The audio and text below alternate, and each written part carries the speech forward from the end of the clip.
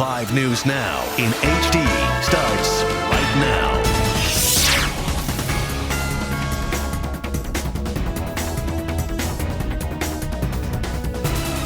Hello and welcome to 5 News Now.